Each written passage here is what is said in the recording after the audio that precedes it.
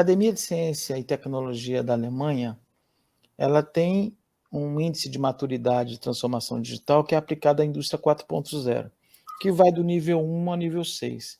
85% das indústrias do mundo mal chegam no nível 3.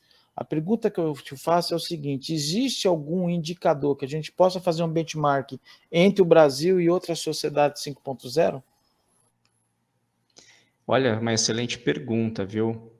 O que eu sei que a gente pode acompanhar, eu vi em um artigo, inclusive, desculpa, viu, Pavani, eu ainda não localizei aqui o relatório, e tem um outro artigo também que eu posso compartilhar com vocês, que fala sobre como está sendo desenvolvido, né, essa parte, a governança da sociedade 5.0. Então, ela é feita descentralizada. Então, nesse artigo, que eu me lembre, existe, não detalhou o que está sendo feito, tá? Mas eu vi que foi citado, se eu não me engano, a Itália e a Malásia como contribuintes no processo do desenvolvimento da sociedade 5.0. Então, eu vejo que a gente pode identificar, talvez, nesses países ou no próprio Japão, algum tipo de indicador ali, né? Agora, trazendo aqui só para ajudar, já que você está me falando e me fazendo pensar aqui também, quando tem esses valores fundamentais, a gente consegue identificar com os países, né, sobre a questão do crescimento econômico, a concorrência leal, projeção de dados, liberdade de um trabalho, enfim. A própria sustentabilidade, que é um valor fundamental, que aí entra as ODS, né? Então, acredito que a partir daí a gente consiga ter algum tipo de benchmarking aí. Você sabe que eu estou aqui pensando, cara, qual pergunta fazer, mas a sensação é que eu não sei onde para as vontades de fazer perguntas, sabe? Porque são mais perguntas do que respostas, né, Fábio? Eu acho que é mais isso, né? Nós temos muito mais perguntas do que respostas para dar quando estamos falando numa sociedade 5.0. A única convicção é que ela vai se corporificando ao longo do tempo, de maneira que a gente vai ser meio refém dessa circunstância. É um movimento sem volta.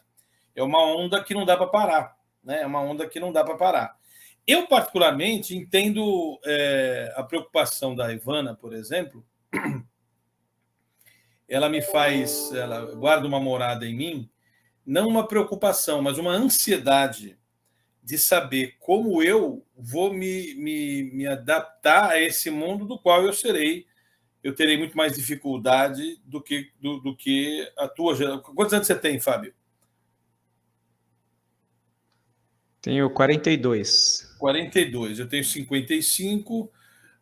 As outras pessoas estão mais ou menos na minha idade. Quer dizer, você está numa geração quase a nossa, né? Um pouquinho antes da gente. Quando eu estava fazendo alguma coisa, você era bem criança ainda. O que eu quero refletir, a minha filha, que tem 21, vai fazer 21 agora, ela vai ter muito mais facilidade de entender esse mundo, embora talvez a geração dela seja uma das primeiras gerações que aos 20 anos ainda não teve um emprego mesmo. Ela ainda não teve um emprego mesmo. Eu comecei a trabalhar muito antes da idade dela, mas muitas pessoas na idade dela ainda não tiveram uma oportunidade de exercitar o emprego, porque o emprego há um outro conceito. Ela quer trabalhar, ela não quer necessariamente trabalhar, ela já trabalhou, mas emprego mesmo, ela ainda não viveu essa experiência. Como é que é isso, né? Então eu vejo que a nossa geração, a minha, a do Paulo, a da Ivana, do Neville, a tua, tenha mais dificuldade. Nós nascemos no século passado. O fato de termos nascido no século passado nos dá uma marca e um score aí já de mais dificuldade. Você não acha, não? Um score Sim. negativo, né? Eu não sei se é negativo, mas nós começamos atrás, né, cara? Nós começamos atrás. Para mim entender essa tecnologia que nós estamos utilizando aqui, é muito mais difícil do que para minha filha. Entendeu?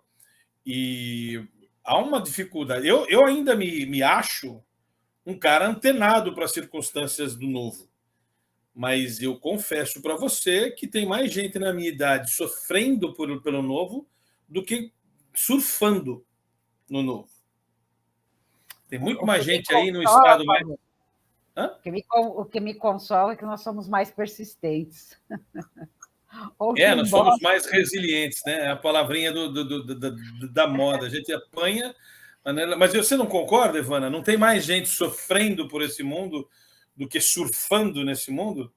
Eu conheço muita gente que está aí no estado de reflexão de existencial mesmo. O que eu vou fazer da minha história?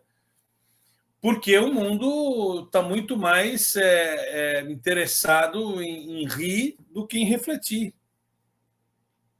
Né? Se você for pensar assim, eu, por exemplo, quando eu sou contratado, hoje eu concorro com um humorista na minha contratação. Quando eu sou contratado por uma empresa para fazer uma palestra, ele decide se vai trazer um cara para falar de um conceito ou vai trazer um cara para não falar de um conceito. E aí, quem acaba sendo contratado no meu lugar não é um outro cara que fala de um outro conceito, é um humorista. Ok? Quando eu já fui contratado para fazer temporadas onde eu e um humorista estávamos juntos. Eu falando de um conceito e em seguida a mim vem ele fazendo rir. Então, você vê como é que é lógico. Eu nunca imaginei que eu fosse concorrer com um humorista para as palestras que eu dou no Brasil aí afora. Mas eu concorro e perco. Perco mesmo, muito feio. Isso aí chama-se concorrência assimétrica. Porque é a mesma coisa que Mas, sabe, ela é tão assimétrica que chega a ser ofensiva, né, para alguém do século passado. Porque uma coisa, por exemplo, você vê um buffet infantil concorre com a Disney. É uma concorrência assimétrica também. Mas dá para entender, né? Porque o cara procura um entretenimento diferente. Agora, comparar um conceito com uma diversão é bem estranho para mim. A primeira vez que eu perdi para um humorista, eu falei, caramba, o negócio ficou tranquilo, mexeu comigo, entendeu? Mexeu comigo.